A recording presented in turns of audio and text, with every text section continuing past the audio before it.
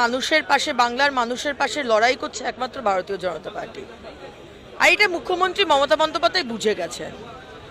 আমরা সেটিংয়ের রাজনীতি করি না।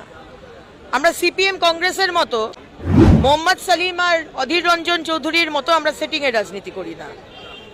আমাদের প্রদেশের সভাপতি অধ্যক্ষ মহোদয় আমাদের ডক্টর সুকান্ত মজুমদারকে যেতে দেওয়া হয় না, তাকে খুন করার চক্রান্ত করা হয়।